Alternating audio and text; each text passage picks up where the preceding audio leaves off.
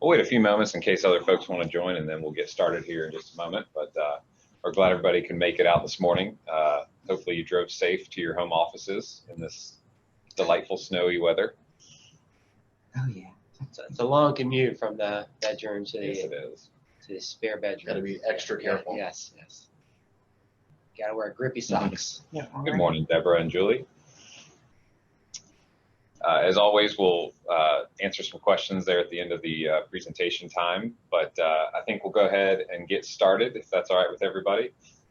So we want to welcome you guys to the webinar this morning about avoiding IT disruptions with proper planning, including a global pandemic. When circumstances that are beyond your control happen in your business, things like fires, hardware failures, crime, global pandemic, it can really threaten the business and your productivity that you worked so hard to build. So big or small, your data losses can really sideline business productivity indefinitely sometimes. And that's why planning for disasters of all types is so critical. So today we're really going to talk through different types of continuity and disaster recovery and what it looks like for a modern day business and how you can begin planning now. And as I mentioned, we'll leave some time at the end for a question and answer. So just a reminder about who we are. We've been in business since 1995, and we are very honored to be able to serve the small business marketplace here in the Hampton Roads area. And just understanding what makes our clients, the businesses really tick. And one of those big items that we always talk about with folks is disaster planning.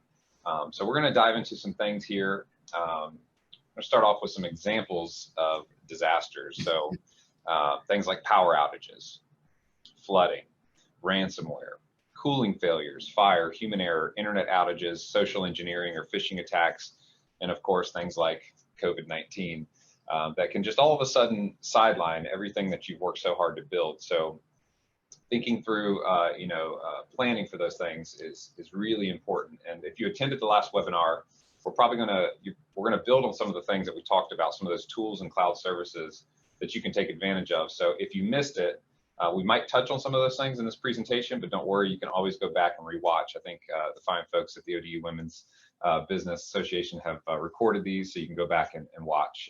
And of course, we'll save some time at the end here for Q&A. So hope you guys are ready to get started. We drove here in the snow today just to be here with you, so we're excited to have this time together. So we're going to start with some definitions of what is a disaster? Yeah, so how ironic, right? We're talking about disaster recovery amidst of a snow. I said storm. I didn't want to oversell that, right? But it's a dusting. It's a dusting.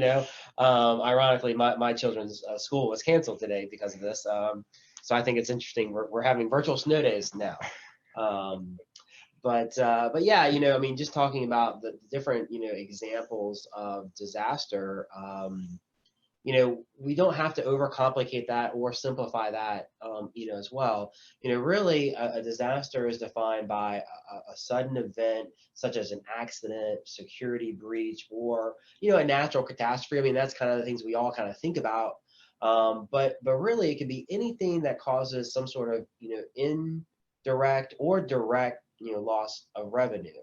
And so that's really the holistic, part of this, presentation and what we're going to kind of focus on. But, really what we want to do is get, business owners to really start critically thinking, not just about IT related activities, although that's kind of our expertise and we're going to lean a little bit into that.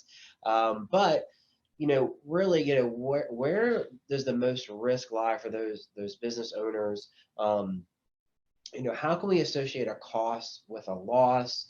And then, what steps we're going to put in place, to assist with that. So, we also, again, from a holistic view, we want you to start critically thinking about those types of things. But we're also going to give you a very simple, action list or things that you can do to start planning and mitigating those risks, now. So again, a disaster is a any event that causes some sort of loss in revenue. And of course, keeping in the theme of COVID, right? That can apply to really a disaster, right? It's something that we were unexpected, to see. So, business continuity planning. I don't know if you guys have, heard that term before, but what is business continuity planning? What does that really mean? So it's the process of creating, systems and prevention and recovery to deal with potential threats to your company. And so, as we were preparing for this series, Luke and I were talking about the 3 Ps, right? Which is, planning, preparation, and practice. We want to give you guys some tools to plan, prepare, and practice. And so it's the act, right? The business continuity is the act of planning and doing things, not just talking about them, not just critically thinking about, okay, where does the biggest risk lie, but actually putting it down on paper and planning for it. And then lastly, this is more of a technical term, but RTO, or recovery time objectives. Again, in our planning, Justin, you had mentioned, it can be different for each company, but really recovery time objective means, how long would it take to get that system, back into a functional state, before the disaster happened. So does that make sense, guys? I mean, there's good definitions to kind of start off from. Yeah, we want to make sure that everybody understands that when we use these terms that are coined in the industry, business continuity, disaster recovery, recovery time objective, that you kind of have a vision now of what those terms mean. So as we talk about things, you can relate back to them. Yeah.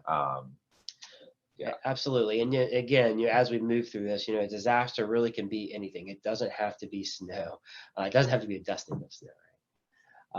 So here are some really, again, just simple things that we wanted to kind of cover, to give you an action plan. So what steps can you take to prevent a disaster, or at least mitigate those risks and get the business back up and running? First and foremost, really what we want to do is we want to identify, those areas of risk. Start to think about what are the critical functions of your business and how long can those services be made or be unavailable, right? Quantify that cost with a downtime. Justin and I were talking about that. I think what was the math, how that works out? If you're $1 million a year, if you're doing $1 million a year in revenue, that's at roughly $480 an hour. If you divide 2,080 business hours in a year into the $1 million mark, and it's costing you about $480 an hour to be down.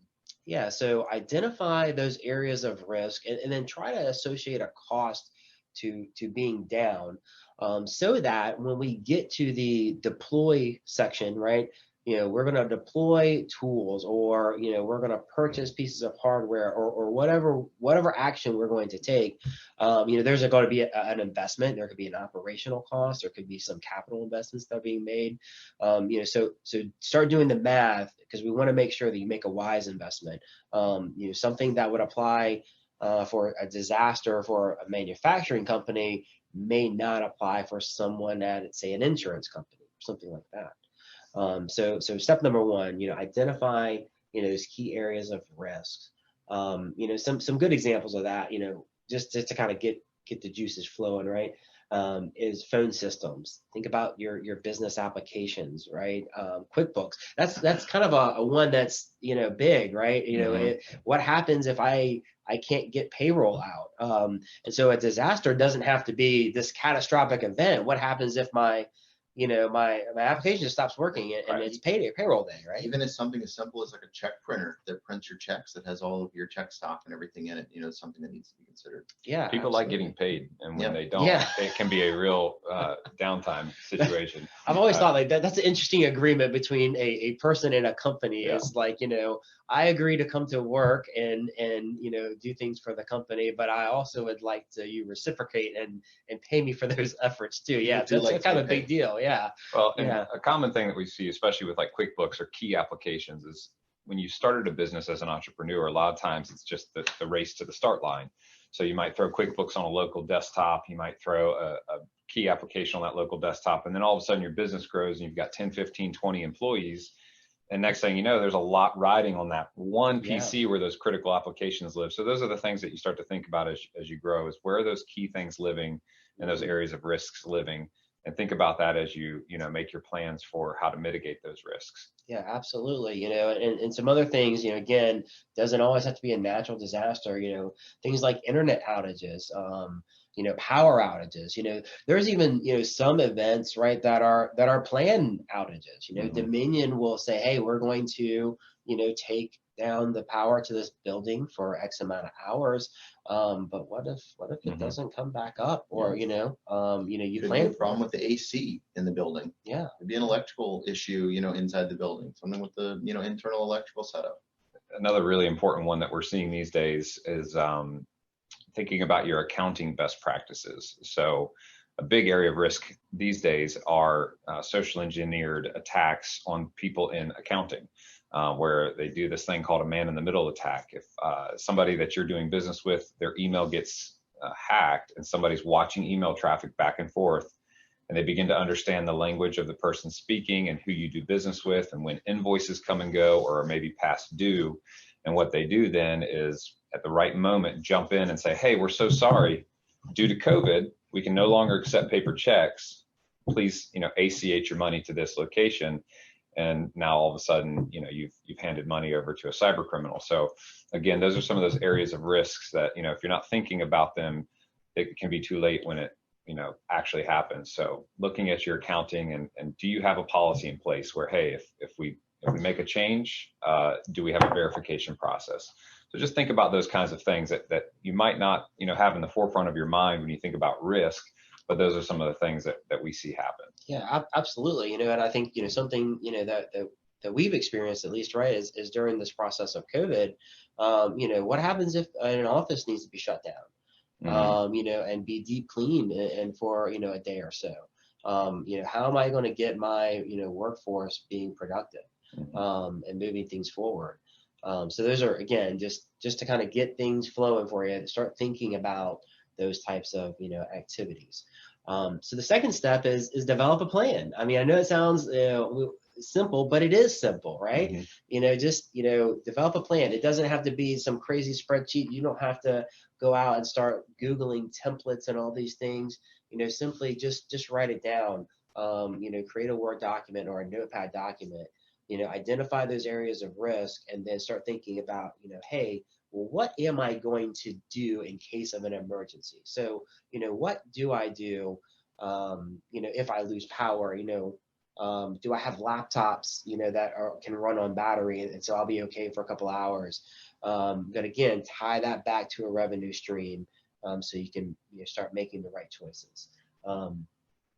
And I love this, it's like I said, develop a plan, think about a fire drill, right? When you're in elementary school and high school, right? There are plans posted, by the exit doors. I mean, there's still plans posted probably in your office that says, hey, here's an evacuation route. It's written down and it's in a location that's accessible to everyone. And we're going to do a deep dive into each one of these sections a little bit later. But, again, make that accessible to everyone. Make sure, we're talking about roles, right? Who does what, that we're gonna dig a little bit deeper into that so everybody knows exactly what steps to take. Then you want to develop, what we call deploy the right tools. Now that we've identified our risk, we know what actions we need to take. Are there any investments that we need to make, to mitigate, those risks, right? So what support, what do I need to support my action plan? Is it backup internet? Is it some sort of a cloud service? We really haven't, talked about this a whole lot other than the cybersecurity stuff, but there's human error involved too. Like, what happens if someone trips over the power cord? I've seen that happen before, and then all of a sudden my servers turn off, right? So what am I going to do? What tools am I going to put in place, to mitigate those risks? For COVID, what kind of remote accessibility do my end users and my teammates have? How can we communicate? Customers calling in, like that's a big part of my business, right? I want to make sure customers can call in whether I'm physically at the office or I'm remote. So we want to deploy the right tools. And then last but not least, test, right? We don't know that the plan is working until we test it. So we highly recommend you test and evaluate on a regular basis. And again, we're going to dig a little bit deeper into that, but test your plan, make sure it works, reevaluate, revisit. There are always, in the IT world, we use this word continual service improvements. There will always be improvements that can be made. Your business will grow and change, and that will slowly shape, your plan. One thing we'll add just to the test thing is if you want to be exceptional, actually do the testing. Yeah. The one thing that we see folks normally get to the point of planning and writing down a plan and even potentially deploying the tools, but rarely do we see the actual testing phase. So if you want to take it to the next level, actually test that plan. There's an old adage that says the ship of good intentions is often wrecked on the rocks of non-performance. So if you want to make sure that this actually works, do the test. It's invaluable. And, business is a lot like war sometimes. And if you're down, the person who competes against you is up, they're going to be winning. Yeah, and not all businesses are the same. What is critical for one business might not be critical for another. Take as an example, somebody that's in the manufacturing business and they have a machine that makes the widgets that they sell. Obviously you want to implement some strategies around, what if that machine goes down? What if, it needs to go in for repair? Like, how does that affect my production? And every use case in every business is going to be a little bit different. Different companies rely on email and phone communication more than others.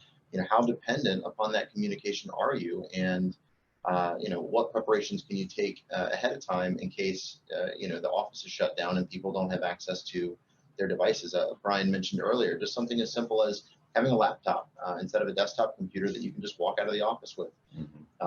Cloud services and having your email set up in the cloud, having your phone system set up in the cloud so that you're not dependent upon, your location if there's a snow day or if there's something else that happens that disrupts your, people coming into your office. And it doesn't have to be, IT related.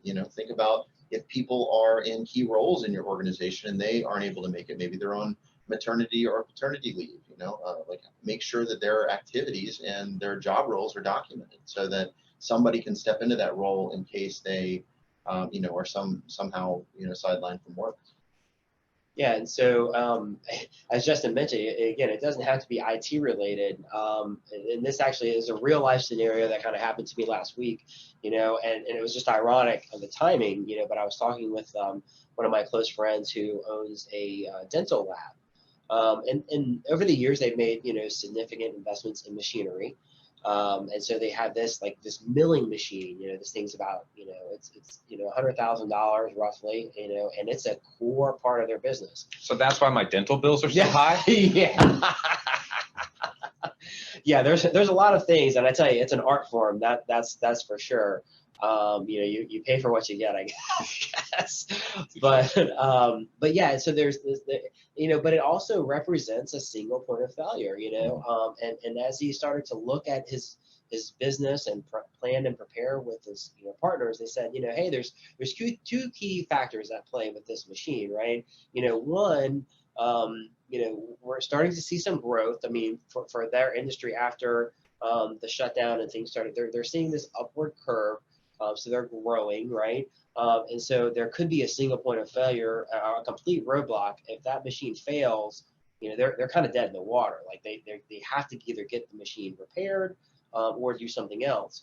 So that's kind of like a worst case scenario.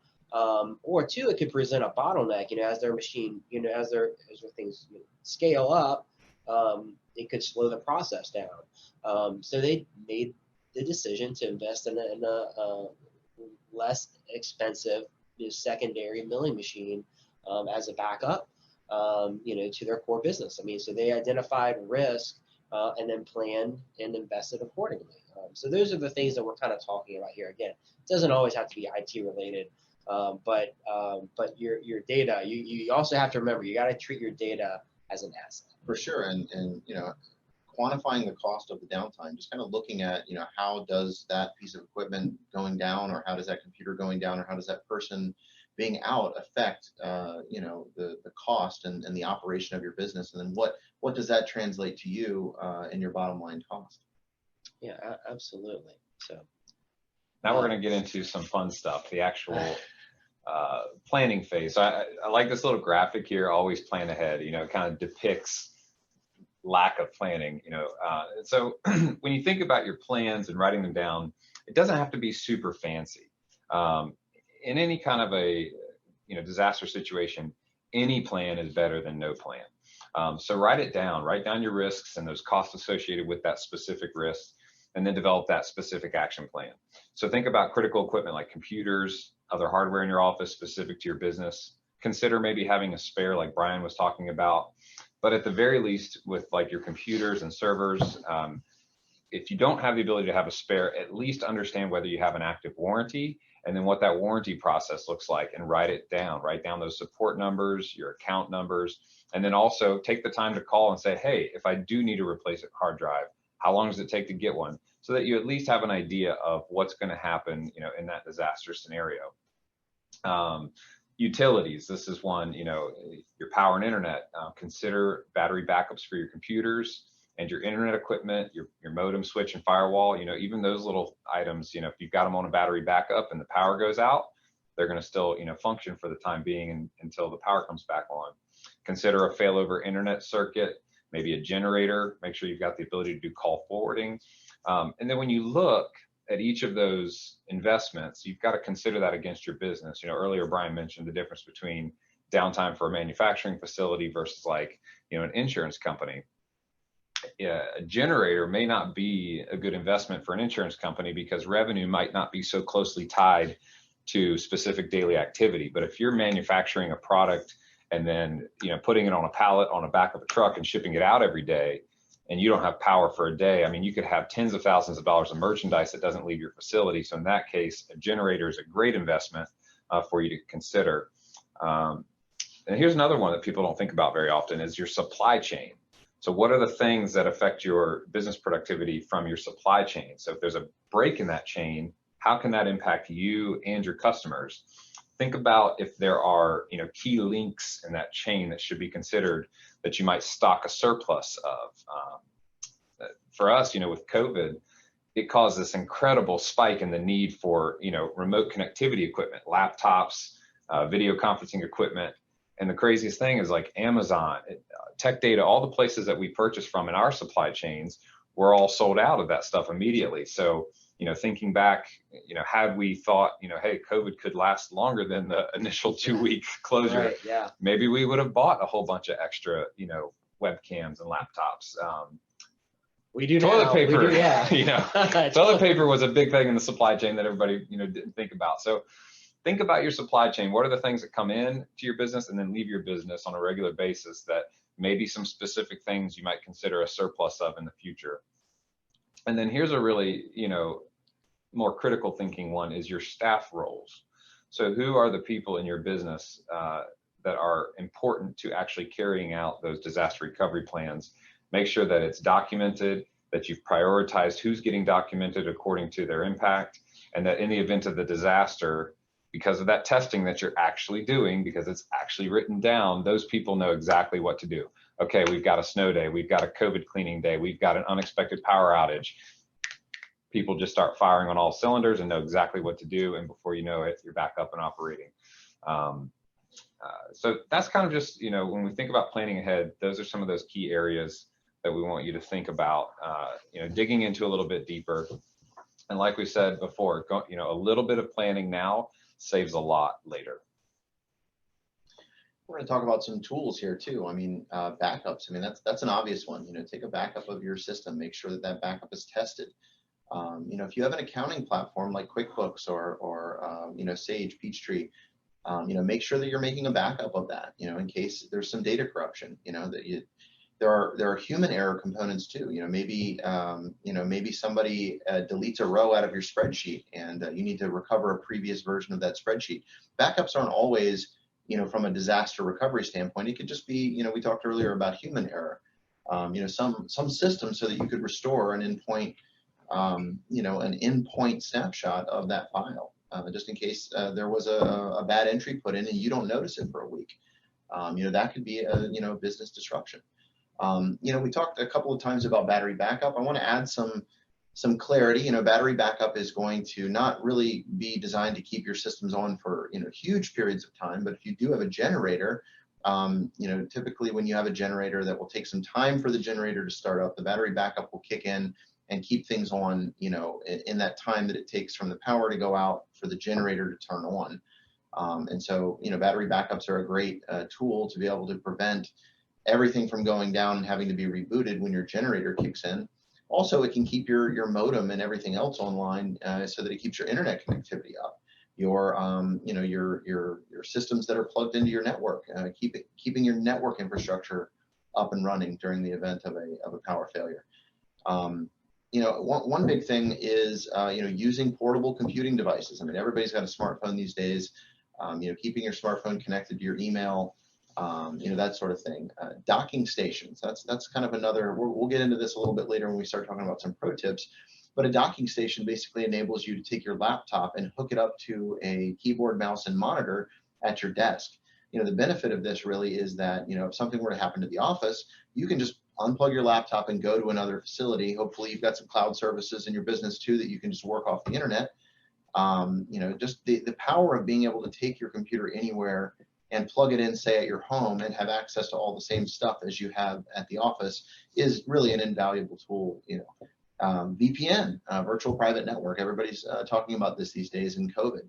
Virtual private network, without getting too much in the weeds, is the ability for you to connect over the internet to your office and or to any location using a secure tunnel and access files, access your applications, get to your accounting software in a secure way. So having a VPN set up is an amazing tool to be able to work remote and to be able to be agile in the event that you had a disaster or some other business interrupting event. I talked earlier about a generator. Hopefully you've invested in cloud technology and the ability to keep your office up and running is moot. But if you do have internal infrastructure, which many companies do, and even in the cloud area here, a generator can help keep everything online and running in your office so that people can show up and continue to work in the event of a power failure. Another good one is backup internet. And this kind of goes back to something I was talking about earlier, is identifying what is your business's reliance on a particular technology. If you're using voice over the internet, if your phone system is a cloud-based phone system, having an internet connection at your office to be able to access the phone system in the event that your internet goes down is really crucial. As an aside, the cellular internet capabilities that we have today in a modern world are pretty substantial. And what we like to do, here is set up a cellular backup so that you're not having to bring in a whole new internet connection, but you have a device that is essentially a cell phone connected to your router that will fail over to cellular internet when your primary internet goes out. And this is kind of a way to do this in a low cost, sort of way. So just having backup internet is another great tool to mitigate, failures. Training. Now, this is another big one. This goes with what we were talking about earlier in documentation and making sure people's job roles are documented so that somebody can step in the event that they're not in. It's preventing that human error component. It's teaching somebody how not to click on a particular email or how to look out for signs of fraudulent email so that your organization is less susceptible to those cyber attacks. Training is a huge tool to prevent business interruption. And then finally, and this is a really big one, is cloud services. Now, I know we talked about this in a previous presentation, but having your email in the cloud, having your phone system in the cloud really prevents you from having to rely on your local office, therefore avoiding any interruption. I mean, it's so powerful to be able to go anywhere in the world and get to your email, get to your applications, get to your data. This is such a powerful tool to avoid interruption. Yeah, absolutely. And Justin, I don't know if I've shared this story with you, but when we talk about like this whole idea of generators and battery backups, in my younger days, I actually worked in a data center for one of our local shipyards, and bright, brilliant engineers and technical people. So they had this huge data center. Of course, that was back in the day when they're just hundreds and hundreds and hundreds of servers and racks and rows and cooling and, all these, fail safes. And to the point where, Dominion Power actually had two separate legs of power coming in to their data center, which is quite costly. I mean, that's not typical of Dominion. You really have to, be prepared and have Dominion to do that. So that way, if one circuit goes down, this other one, kicks in.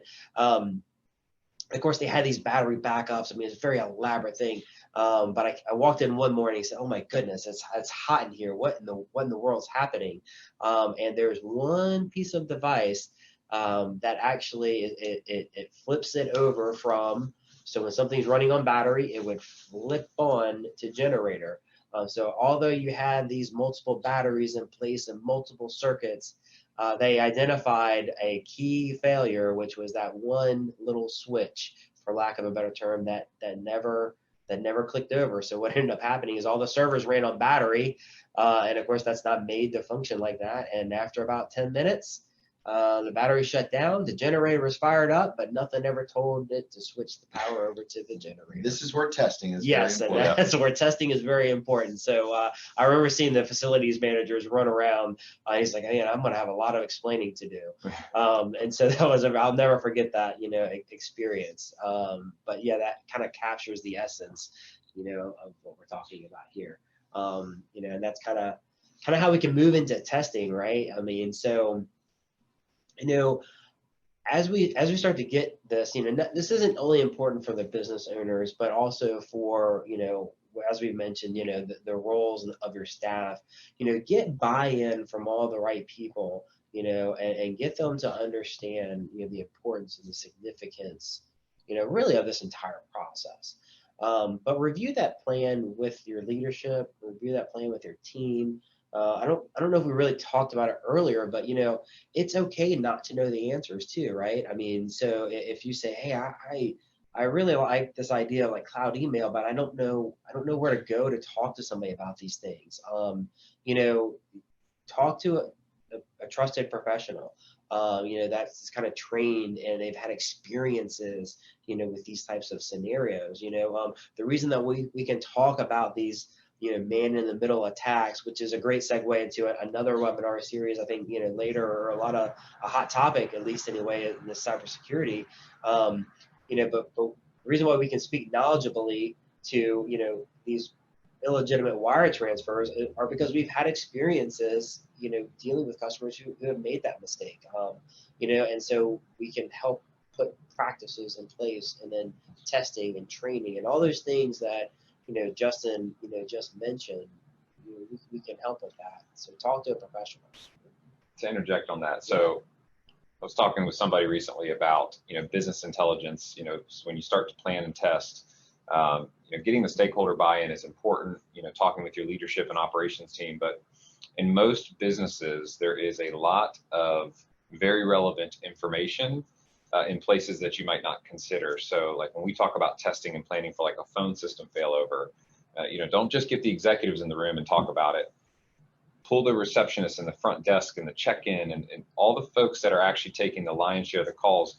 Find out where the relevant information is in your business and go talk to those folks when you are doing your testing and your planning, because you might be surprised to find out the things like that really affect the business that, you as the business owner or entrepreneur might not be readily aware of. So, like Brian's story about the one little switch that was flipped, maybe somebody whose job is to just dust the servers off knew about that switch, but nobody ever asked that guy. Yeah. So, dig in a little bit deeper, gather the information from all four corners of the building, so to speak. And then when you have a test and a plan, put together from that, it's probably going to cover all of the, cross all the T's and dot all the I's. Yeah, those folks that are really in there on the day-to-day operations, they know the ins and outs of, the software, the equipment, and all those things, and how things really work. I mean, how many times we, put together a flow chart of how something should work, and then we go talk to somebody and we go, "Oh yeah, we don't do that. Like we can't do that." Right. And so it's really important to talk to the guys that actually are doing the function of that job role. And then when you get that plan together, make sure, and I put this in the notes here, make copies of it. We've got it on a thumb drive, and then we keep it in a safe place as well. And then there's a copy of it up in the cloud for us, for our disaster recovery plan. But make sure that plan is stored somewhere where it's accessible, kind of like that fire drill analogy. Yeah. It's visible and you know where to access it. And then, like Brian said, think about it like when you renew your insurance policies every year for your vehicle and your car or your house, your valuables.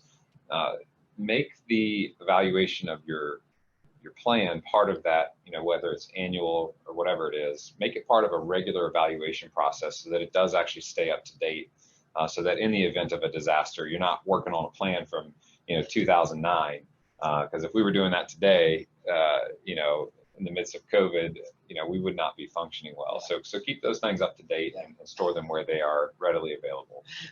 That's so ironic, because I gave you that shipyard example. Well, it was Hurricane Katrina that hit the Gulf so desperately bad. I was thinking Pascagoula area. But I remember, again, talking to that facilities guy, and as that, they had another shipyard in the Gulf. And so that devastated, leveled their IT infrastructure. I mean, it's 10 feet underwater. And so they were going to stand up a new facility in Galveston. And so the CIO and the facilities guy are flying out to Galveston. They have their plan. The CIO puts it to the facilities guy and says, okay, on the flight, I want you to read the plan. And so this guy reads the plan and he goes, okay, what'd you think?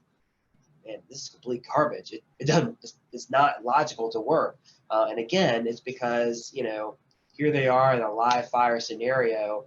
They had run through maybe some testing, but they didn't plug in the right people to really, and that's a worst case scenario, guys, so, and I pray that we never have to go through something like that again, but again, it just kind of drives home the point, document, test, and then reevaluate. There's always a constant state of evaluation. And those are things that, big companies are thinking about, but, we deal a lot with small businesses. We're a small business ourselves. So we're going to talk about, some top 5, pro tips that you as a small business owner can probably look at today and maybe make some, improvements on. So these could be some action steps you take away from this immediately. So look at where your IT equipment is. If it's sitting on the floor, raise it. Look for hazards to that hardware. Like we've seen cleaning supplies sitting on top of servers. We've seen you walk into the data closet and you look up and there's a sprinkler head. So in the event of a fire, your hardware is going to get doused. And it doesn't even have to be a fire. I've heard of cases where, somebody has a party in the break room and they have somebody's birthday and they blow out the birthday candle and it enacts the sprinkler, and the sprinkler head is literally in the server room and it douses the server equipment and the networking equipment with water. Yeah, and then back to backups, verify and test them. If you don't know how to do it, find somebody that does. It's absolutely critical. One thing that most folks have, some don't, but we don't talk about too often, is business interruption insurance. So you can actually get cyber insurance and you can also get business interruption insurance. And that is simply to, reimburse you as a business owner in the case of a business interruption that qualifies. And then, I put this last one in here kind of jokingly. I love it. No, it's like, great. Make your priorities a priority. So if it's important, make it important. You might feel like it's kind of just like this dragging people through the mud to pull everybody into a room and say, hey, everyone, today we're going to spend an hour talking about this plan. And it might seem redundant. I think they say, like, when you're trying to build culture into your business, that if your team members can't repeat back to you, your value statements and your core mission, that you're not saying it enough. So same thing goes for these priorities. Make it a habit, build it into the culture, build it into the fabric of your activities that you do on a regular basis, because it is important. But it's like being the sound guy, at a church. They're very unimportant until something doesn't go right, and then all eyes go back on them. So your plan is not important until you need it, and then it really is important. And I think the corollary is that it's not a plan if it's not written down. Right. A plan, it's not a goal if it's not written down. That's something that I believe in strongly. So, definitely write that down. It needs to be somewhere documented. Yeah. Think about what keeps you up at night as a business owner. Those little ideas that pop into your head, what if? And then spend the time, documenting and planning for it. So our last little slide here is just our shameless plug about ourselves. These are the kinds of things that we sit down with our clients on a regular basis and create for and with them. ask those questions that don't typically get asked. Provide that IT department as a service and help to implement those solutions. So a lot of what we hit on today in terms of planning and then deploying solutions, a lot of that's going to correlate back to cloud services, which was the last webinar that we did together. So if you're thinking about some of those cloud services, go watch the last one to understand a little bit more about how those work, how you can migrate to them, and how they can help transform your business. And then by having those things in place, it's kind of like having a natural disaster recovery built in, because you become less and less reliant on that brick and mortar. And so, just a little bit more to think about, if you've got a business with 10, 15 or more computers, a service like what we do might be right for you. And then, the term CISO, CISO is a Chief Information and Security Officer. And, that's where, you as a business owner, you might be that expert in your field for dentistry or marketing or content creation, but having a trusted partner that can come in and have that high level conversations with you can really help you deploy these plans that we're talking about and have them in place. And so that's just a little bit to think about today. And I guess from here, we'll probably open up if anybody's got questions. We'll try to answer them for you guys. I mentioned in the chat, so those tools that we shared, those are tools that we actually use for ourselves. So Nextiva is our voice over IP provider. Having that mobility we talked about briefly in our cloud services, that's something where, the event of a snow day, even this morning, I've got clients that are functioning remotely using their phones instead of being in the office. So that's a good example of phones in place for a disaster.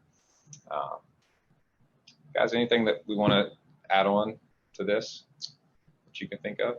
Well, I know you mentioned earlier about having like a USB drive or something that's outside your system. I mean, the worst thing that could happen is you have a disaster and your plan is stored, on your server or on your computer that's down, that's only accessible via the internet connection that you don't have. What we do here internally, I have something that I affectionately call the OSK, or the O Shoot kit.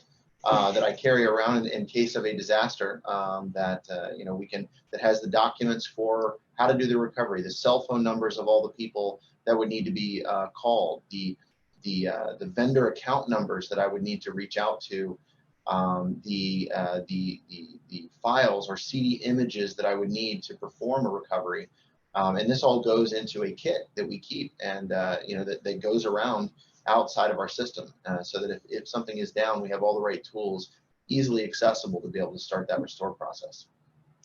So this last bullet talks about a security culture.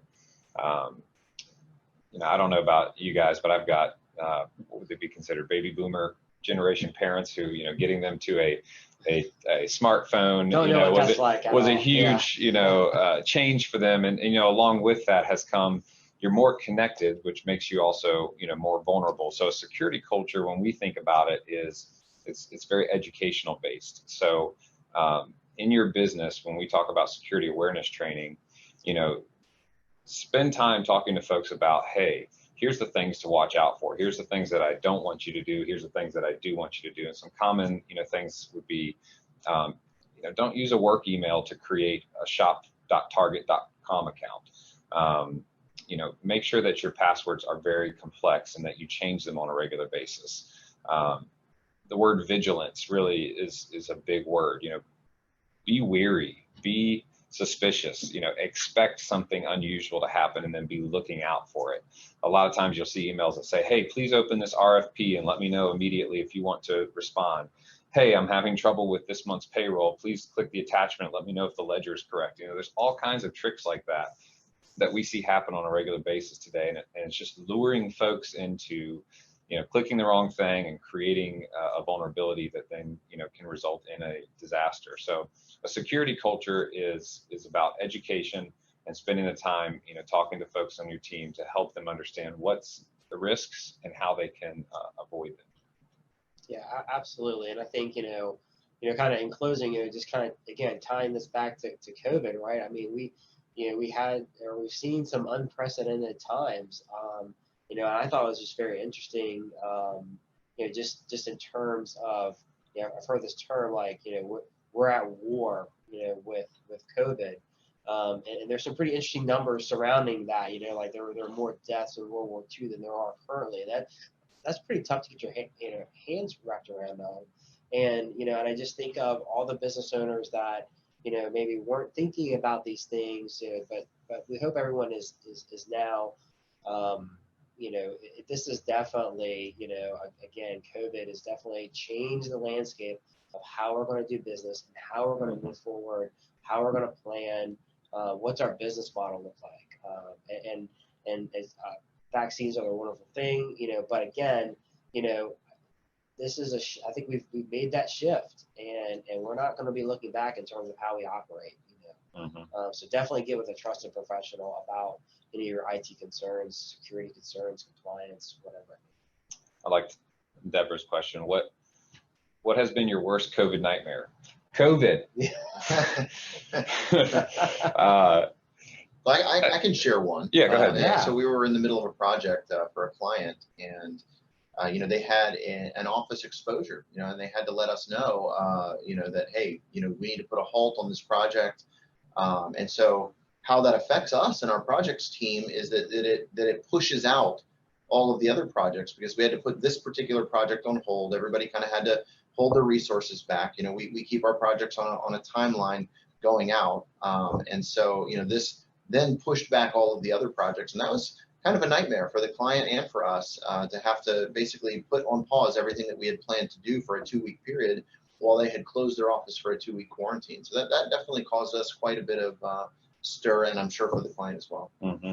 And, initially I'm thinking back to March, when it first hit, my worst nightmare and ours collectively was, we survive off of our clients. We serve our clients, and our clients are technically our paychecks. So we looked at our whole client base and thought, who's going to be most affected by this?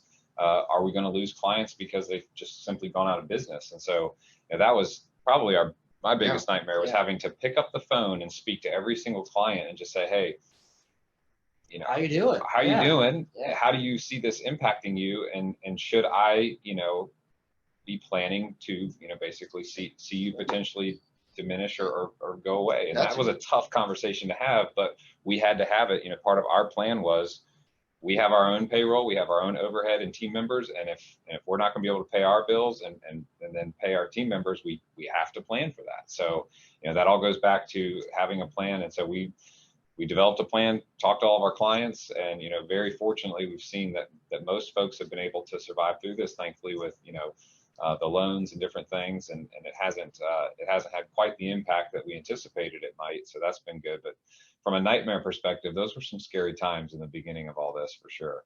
Well, I think it's very attest to the partnership, and we truly, not to go into the shameless plug, but like we truly value our clients as partners. And so, to be able to have those discussions and say, hey, how can we work together to make sure that, we both, not only survive, but thrive, Mm-hmm. And I love that, that's really our outlook on things as we develop true, real relationships and partnerships. And tying that back to cloud services, one of the things that I saw, like voice over IP providers and other cloud providers found ways to creatively work with our clients to help reduce costs while they were kind of, downsizing their workforce temporarily. So that's another neat thing where when you have cloud services in place, there is that ability to kind of scale and flex both up and down. Go back and watch that webinar. I'm telling you guys, it was good. It was really good. Yeah. Anything special that has to be done to be compliant with FEMA? I can't in good conscience say that I know much about the FEMA compliance itself. So I don't know that that's going to be something that I can answer. And then how long have you been in business? It feels like a lifetime, but collectively it's been about 26 years. So I think, I've been on board for 6 or 7 years. Justin's been around longer than that. So I think Martin, our CEO, founded the business in '95. So that's back when, computers were the size of rooms, and now we see way back in '95. We walk around with entire movie theaters in our pockets. So quite a different world. But yeah, about 26 years now. So Any other questions that come to mind? No question is too big, too small. There's no silly questions. So we all come from different walks and different businesses. And I think that's one of the things that makes Hampton Roads unique is the melting pot that we are. We have a very, very diverse business crowd around here. And whether it's the port, hospitality, insurance, maritime, construction, Hampton Roads is actually quite unique with the businesses that we have in our area. Some might not even know this. There's a business in our area that one of their first business deals was assisting in the successful retrieval of Captain Phillips, which I don't know if you've seen the movie Captain Phillips, where the Navy helped get them back. But locally, the Trident Group is a bunch of retired Navy SEALs, and these are some bad mamma jammas, and they assisted the Navy in the safe retrieval of Captain Phillips, and they're right here in our backyard. How was the drive this morning? Mine was longer than others. Brian drove in from Newport News. Yeah. So Luke and I have the benefit of being extremely close to the office. Yeah. And having big trucks is also helpful. We did resist the urge to do donuts in the parking lot. Yes. But it's going to happen before the day's over. Yeah, I think it is. I feel confident in that. Yeah. So I guess if there are no more questions, we'll go ahead and wrap up. So last chance for questions, anyone? Going once? Going twice? Thank you guys so much. Deborah, appreciate it. Appreciate everybody's time today. Yep. I really enjoyed this session. It was very, very informative. So thank you very much. Our pleasure. Thank you for having us. And we look forward to Monday. We're going to be back with you guys on Monday again. So please take a chance to register for that. And then our final one, cybersecurity, on February the 8th, I think is. So we're looking forward to those. Yeah. Yes. Thank you. You're welcome. Bye. Bye. Likewise. Enjoy this day. Bye.